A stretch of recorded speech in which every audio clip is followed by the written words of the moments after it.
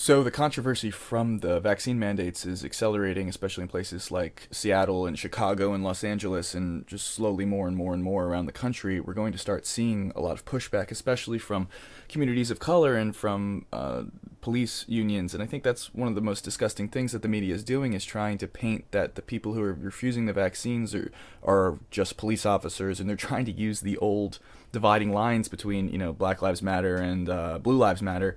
The interesting thing is the majority of people who aren't getting the vaccine are people of color and public service workers, like frontline workers and policemen and firemen, and it's just all of the systems that are required to keep society operating in an order are directly threatened by these vaccine mandates, and no one seems to be doing anything about it within our government. And the people who need to be fighting back are the citizens of this country. We need to stand up, and in every situation that we can, if we go to a restaurant and they're only letting people who have 3 jabs come in, we have to stand there and be like, oh, that's super uncool, you guys are segregating. That overwhelmingly affects people of color, right? Like in certain areas 70% of black people are unvaccinated, if not more.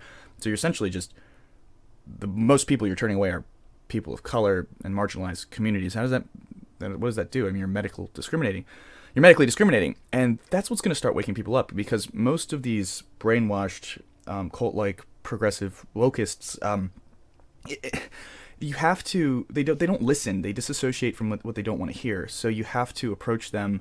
The strategy, if we're in a Cold War, you have to think about the strategy and the tactics. The strategy that the woke cult is using is coming from the elites and from the CCP and different institutional forces. The tactics that they're using are extremely infantile. It's just fear and antagonism and identity politics. So you have to meet them where they stand, and you have to use their definitions of identity politics and introduce a paradox, introduce a logic trap. It's like you're so interested in progress and equity and intersectionality, yet the hill that you're prepared to die on in regards to vaccine mandates is directly damaging communities of color, and you can't walk away from that. And the thing is if that person wants to end the conversation and walk away, and I'm not talking with you about this, and I'm not discriminating against anyone, and it's just the rules, or whatever they want to say, the point is it plants a seed in their unconscious that makes them wrestle with their axioms of belief, because their axioms of belief and are foundationally tied to this SJW, the social justice warrior narrative, and because it's a self-validation system, it has nothing to do with altruism. It's virtue signaling to get attention, or to get praise, or to be left alone. If I virtue signal, the herd won't come after me. The thing is, though, it's inauthentic, and a piece of them feels that. So if we approach them with this identity politics narrative and say, hey, the vaccine mandates are overwhelmingly discriminating against black people, disabled people, marginalized communities, poor people, and that's directly antithetical to the cause you say you're fighting for. That's gross. I'm not going to patronize your business. And that's what we need to start doing. And independents and conservatives and counterculture individuals have been incredibly cowardly over the course of this pandemic, myself included, because we're not willing to wade into confrontation to the degree that there's consequences. We need to be investing in short-term consequences as opposed to putting them off and causing long-term consequences for the society. We're ceding power to the lowest common denominator individuals. So we need to stand up every day at Home Depot, at your local restaurant, your local bar, whatever you want to do, and say, this is wrong. I will not be giving your business money. Whether you're vaccinated or not, I don't care. It's standing up for the concept of freedom and a freedom of choice and body autonomy. And the fact that it's affecting the people who have been dying in all the riots and protests since 2014, it's almost hilarious if you were to look at it in a comedic light from a narrative point of view. Like they're driving the All Lives Matter people against the Black Lives Matter people with the vaccine mandates, while simultaneously the vaccine mandates overwhelmingly affect black people and police officers. It's like those are the two communities that the media wants to talk about, which are the two communities the media has set against each other. So now what's karmic about that is the two communities that they've tried so hard to set against each other are now united under this vaccine mandate evil.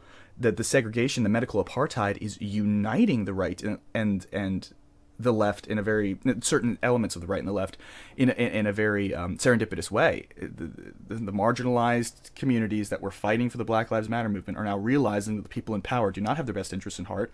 And when you look at things like the Tuskegee experiments and the way that the CIA has been doing bad things for decades, but there's no way they're doing bad things now. I mean, I think there's very intelligent people within marginalized communities who know that they're not monolithic, who know they don't need to be told what to do, who know that they don't want to be part of this new age democratic slavery. It's not really democratic. It's just it's a fake democratic. It's slavery.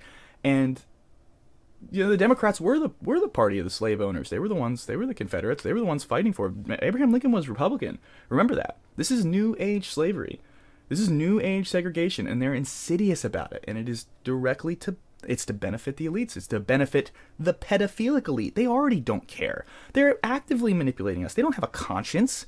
They've done things so abhorrent, they don't have a conscience at all. It's like a little kid who kills an animal when he's 8. It's very easy for him to do incorrigible things for the rest of his life because he's turned off that conscience. He's done something so terrible, he no longer has to think about it. And that's what cults do. Cults manipulate you into making decisions that your conscience can't deal with, so you chase the cult instead of listening to your conscience. And so, cyclically, what we have to do to wake people up is in our daily lives, in our conversations, we need to push past comfort levels and remind these people that, hey, it's not cool to segregate people. It's not cool to actively engage in apartheid. There's no constitutional law set in stone to enforce these vaccine mandates.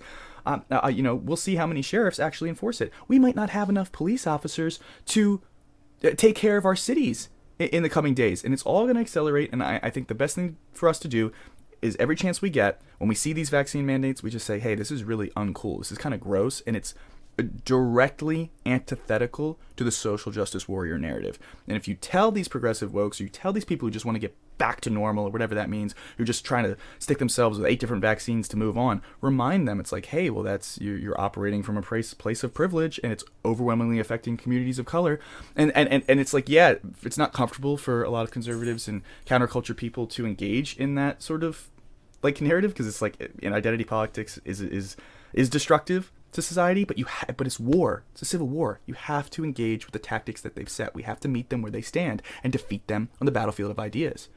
Defeat them with their own cards. Like, hit them from a place of extreme. They only listen to things that they envy or pity. They shut down things they envy and then only want to listen and be around things they pity. So remind them that they're directly hurting the people that they want to help, that they say that they pity and want to help. It's so disgusting how these progressive wokes want to tell black people how to live their lives. Well, it's time to stop, and black people are going to start fighting back, and they're going to be allied with police unions, which is hilarious.